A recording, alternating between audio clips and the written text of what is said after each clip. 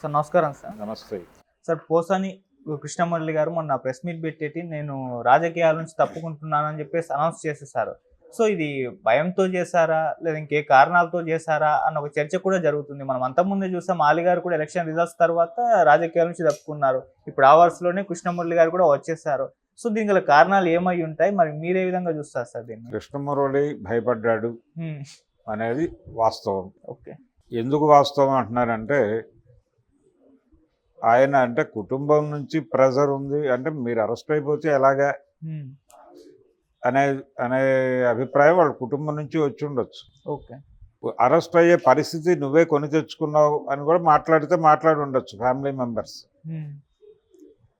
అంత మాత్రం చేత ఆయన ఏదో రాజకీయాలకు గుడ్ బై చెప్పేయాల్సిన అవసరం లేదు. వాళ్ళ ఫ్యామిలీ ఇంటర్నల్ గొడవలు ఏంటనేది మనకు అనవసరం. అంటే తన పర్సనల్ ఏరియాలోకి విషయాన్ని తీసుకెళ్ళి మాట్లాడుతున్నాడు ఆయన. మాట్లాడుతున్నాడు అంటే ఈ పర్సనల్ లైఫ్ అనేది ఇంతకు ముందు ఉంది ఆయనకి. ఆ ప్రెస్ మీట్ కంటే 2 days ముందు కూడా ఆయన మాట్లాడాడు. ఏది తన మీద వచ్చినటువంటి విమర్శలకు సంబంధించి ఆయన సీరియస్గా మాట్లాడాడు. కానీ 2 రోజుల్లో ఆయనకి అర్థమైంది సీన్. కేసులు అరెస్టులు అంటే విభిన్నమైనటువంటి ప్రాంతాల్లో కేసులు నమోదవుతున్నాయి.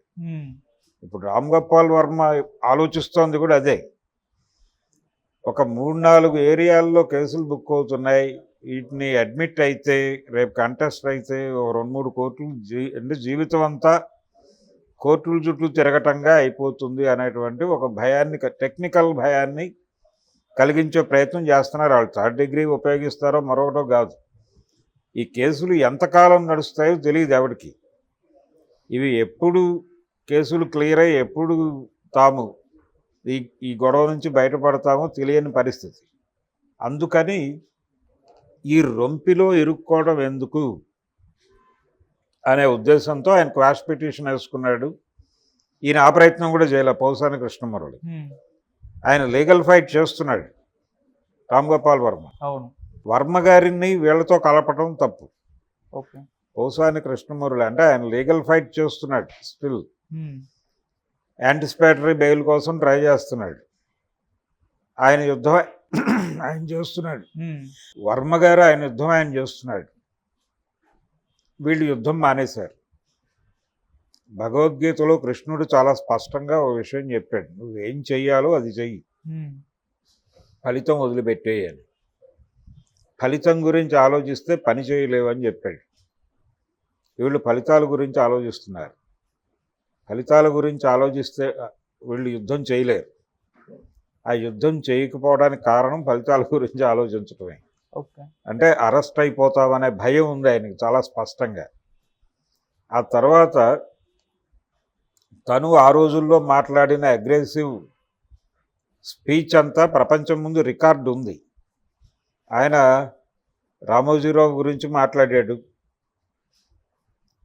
పైగా ఆ అగ్రెసివ్ దీనిలో సింగ్యులర్గా మాట్లాడటం అనే దాన్ని కూడా మించి వెళ్ళారు.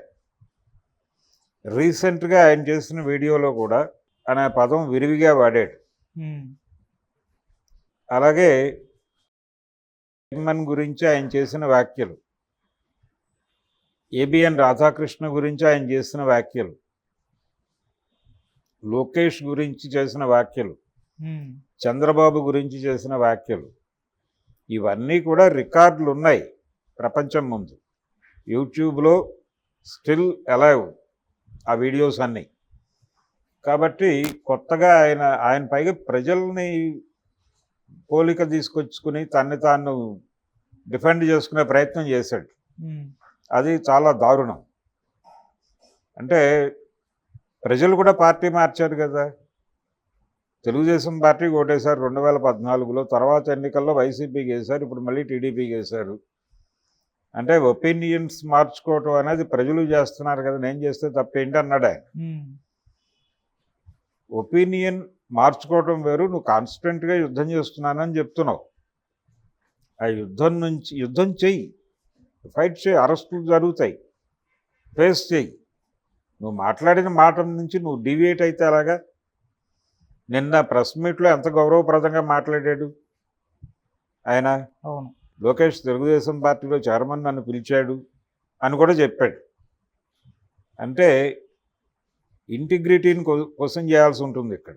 బుల్సాని కృష్ణమురళి అనే క్యారెక్టర్ తాలూకా ఇంటిగ్రిటీ క్వశ్చన్ చేయదగ్గ పరిస్థితిలోకి వచ్చేసింది ఇప్పుడు. ఓకే.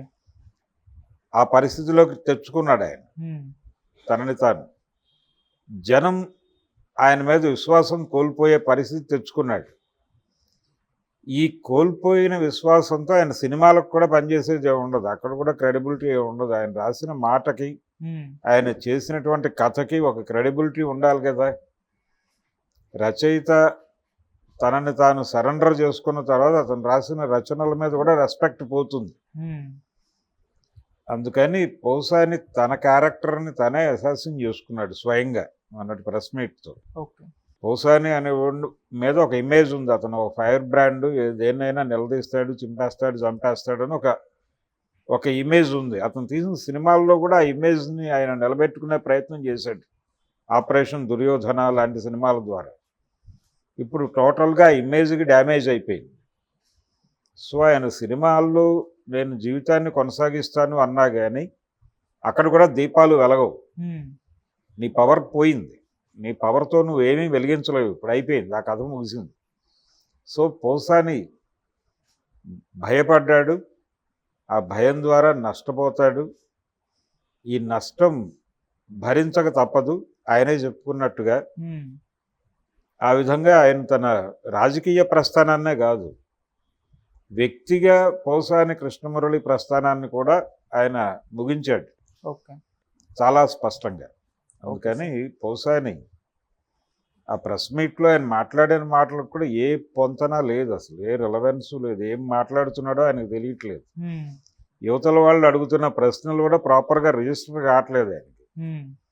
వీళ్ళు ఒకటి అడుగుతున్నారు, ఆయన ఒకటి చెప్తున్నాడు, చెప్పిన సమాధానమే మళ్ళీ చెప్తున్నాడు. టోటల్గా ఆయన సైకలాజికల్గా ఇన్బ్యాలెన్స్లోకి వెళ్ళిపోయాడు. ఓకే.